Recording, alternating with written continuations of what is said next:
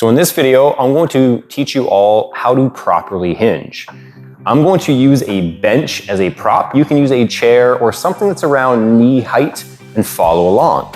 So what I'm going to do is I'm going to step up towards the bench and my feet are going to be about hip width apart and both of my feet are facing forward or parallel together.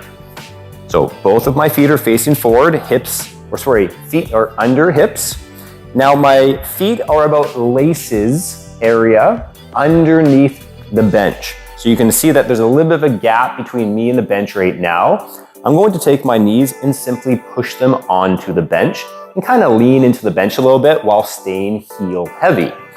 Now, then what I'm going to do is I'm going to exhale all of my breath in my body. So watch my hips as I do so. So I'm going to breathe out. So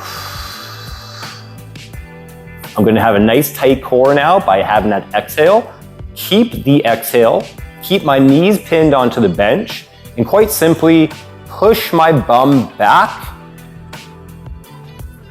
as far back as I can. Now what you're gonna see is that now I'm extending through my glutes, my hamstrings, and you may feel a bit of a stretch in through the hamstring. That's perfect. My upper body isn't leaning too far forward. I'm trying to bring as much weight back into my heels as I can without squatting down. So think hips straight back. That's as far back as I can. I think about creating as much distance between my hip and my shoulder as if I'm getting pulled by a horse on either side. Now, when I get back up, I think about pushing my feet down into the ground, keep my knees where they are, and then squeeze my butt to come back up or force my hips forward. So extend back, force forward.